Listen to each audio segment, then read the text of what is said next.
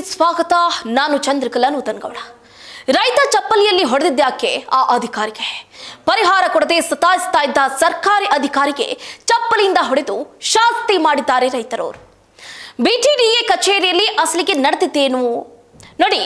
ರೈತ ದೇಶದ ಬೆನ್ನೆಲುಬು ಅಂತಾರೆ. ರೈತ ಅನ್ನ ಹಾಕಿದ್ರೇನೆ ನಾವಿವತ್ತು ಸುಖವಾಗಿ ತಿನ್ನೋದಕ್ಕೆ ಸಾಧ್ಯ. ಒಂದು ಅಕ್ಕಿ ಕಾಳು ಕೂಡ ಬೆಳೆಯೋದಕ್ಕೆ ರೈತ ಎಷ್ಟು ಪರಿಶ್ರಮವನ್ನ ಹಾಕ್ತಾನೆ ಅಂತ ಆ ಅನ್ನದಾತನಿಗೆ ಗೊತ್ತಿರುತ್ತೆ. ಆದ್ರೆ ಇವತ್ತು ಈ ರೈತನ ಕಣ್ಣೀರು ಅಥವಾ ಈ ರೈತನ ಬೇಸರದಿಂದ ಅಧಿಕಾರಿಗೆ ಚಪ್ಪಲಿಯಿಂದ ಕಪಾಳ ಮೋಕ್ಷ ಆಗಿರುವಂಥದ್ದು. ಹಾಗಾದ್ರೆ ಎಷ್ಟು ಬೇಸತ್ತಿರಬಹುದು?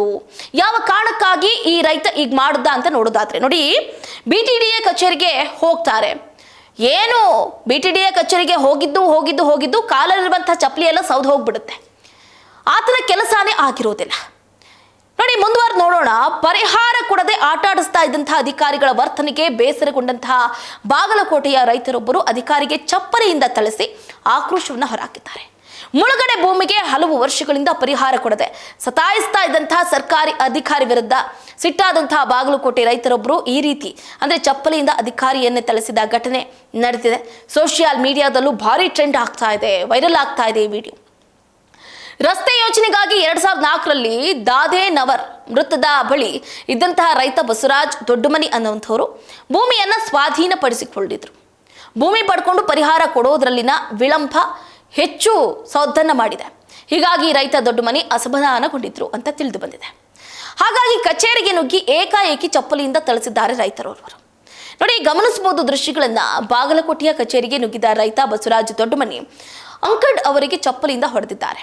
ಇದರಿಂದಾಗಿ ಕಚೇರಿ ಆವರಣದಲ್ಲಿ ಗದ್ದಲದ ವಾತಾವರಣ ಕೂಡ ನಿರ್ಮಾಣ ಆಯಿತು. ಹೆಂಗ್ ಹೊಡೆದ್ರಿ ನೀವು? ಒಬ್ಬ ಸರ್ಕಾರಿ ಅಧಿಕಾರಿ ಮೇಲೆ ಹೇಗೆ ನೀವು ಚಪ್ಪಲಿಯಿಂದ ಥಳಿಸಿದ್ರಿ ಅಂತ ಪ್ರಶ್ನೆಯನ್ನು ಮಾಡ್ತಿದ್ದಾರೆ. ಅಷ್ಟೇ ಅಲ್ಲದೆ ಬಿಟಿಡಿಎ ಕಚೇರಿಗೆ ಮುತ್ತಿಗೆ ಹಾಕಿದ್ದ ವೇಳೆ ಈ ಘಟನೆ ನಡೆದಿರುವಂಥದ್ದು. ನೋಡಿ, ಸಫಾಯಿ ಕರ್ಮಚಾರಿಗಳಿಗೆ ಫ್ಲಾಟ್ ಹಂಚಿಕೆ ಮಾಡದ ಹಿನ್ನೆಲೆಯಲ್ಲಿ ಡಿಎಸ್ಎಸ್ ಅಂದ್ರೆ ದಲಿತ ಸಂಘರ್ಷ ಸಮಿತಿ ಮುಖಂಡರು ಬಿಟಿಡಿಎ ಕಚೇರಿಗೆ ಮುತ್ತಿಗೆಯನ್ನು ಹಾಕಿದ್ದ ಸಂದರ್ಭದಲ್ಲೇ ಈ ದೊಡ್ಡ ಹೈಡ್ರಾಮನೆ ನಡೆದಿದೆ. ಈ ವಿಡಿಯೋ ಸೋಷಿಯಲ್ ಮೀಡಿಯಾದಲ್ಲೂ ಕೂಡ ಸಿಕ್ಕಾಪಟ್ಟೆ ವೈರಲ್ ಆಗಿದೆ.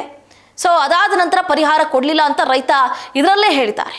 ಕಚೇರಿಗೆ ಆಗಮಿಸಿದ ರೈತ ಬಸಪ್ಪ ದೊಡ್ಡಮನಿ ಅವರು ಡಿಎಸ್ಎಸ್ ಮುಖಂಡರ ಎದುರೇ ಅಳಲನ್ನ ತೋಡ್ಕೊಂಡಿದ್ದಾರೆ.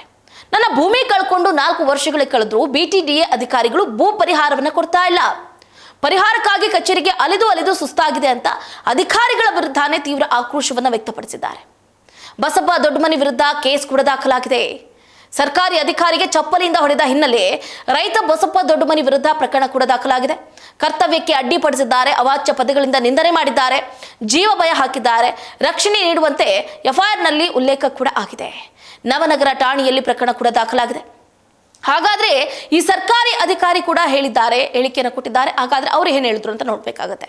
ನೋಡಿ, ಹಳ್ಳಿಯಿಂದ ಬಿಟಿಡಿಎ ಕೇಸ್ ವರ್ಕರ್ ನೀಲಕಂಠ ಅಂಕದ ಮಾನಸಿಕವಾಗಿ ನೊಂದೋಗ್ಬಿಟ್ಟಿದ್ದಾರೆ. ಘಟನೆ ಬಗ್ಗೆ ಅಸಮಾಧಾನ ಹೊರಹಾಕಿದ್ದಾರೆ. ನಾನು ಬಿಟಿಡಿಎ ಅಧ್ಯಕ್ಷರ PA ಆಗಿ ಕೆಲಸವನ್ನ ಮಾಡಿದ್ದೀನಿ. ಅಲ್ಲಿ ಬೇರೆ ವಿಚಾರಕ್ಕೆ ಪ್ರತಿಭಟನೆ ಮಾಡ್ತಾ ಇದ್ರು. ಈ ವೇಳೆ ರೈತ ಬಸಪ್ಪ ಏಕಾಏಕಿ ಬಂದು ನನ್ನ ಫೈಲ್ ಯಾಕೆ ಮಾಡಿಲ್ಲ ಅಂತ ಕೇಳ್ದ. ನಿನ್ನ ಫೈಲ್ಗೂ ನನಗೂ ಸಂಬಂಧ ಇಲ್ಲ, ಬೇರೆ ಅಧಿಕಾರಿಗಳು ಇದ್ದಾರೆ, RO SLO ಅಧ್ಯಕ್ಷರಾಗಿದ್ದಾರೆ, ಅವ್ರನ್ನ ಹೋಗಿ ಭೇಟಿ ಆಗು ಅಂತ ಹೇಳಿದೆ. ನನ್ನ ಮೇಲೆ ಆರೋಪ ಮಾಡಿದ ಅಂತ ನೀಲಕಂಠ ಅಂಕದ ಆರೋಪ ಮಾಡಿದ್ದಾರೆ. ನೋಡಿ, ಈಗ ಚಪ್ಪಲಿಯಿಂದ ಏಕಾಏಕಿ ಹೊಡೆದಿದ್ದಾಕೆ ನೋಡಿ, ಅವನ ಫೈಲ್ಗೂ ನನಗೂ ಯಾವುದೇ ರೀತಿಯಾದಂಥ ಸಂಬಂಧ ಇಲ್ಲ. ಆದರೂ ಆತ ನನ್ನ ಮೇಲೆ ಮಾನಹಾನಿ ಮಾಡಿದ್ದಾನೆ.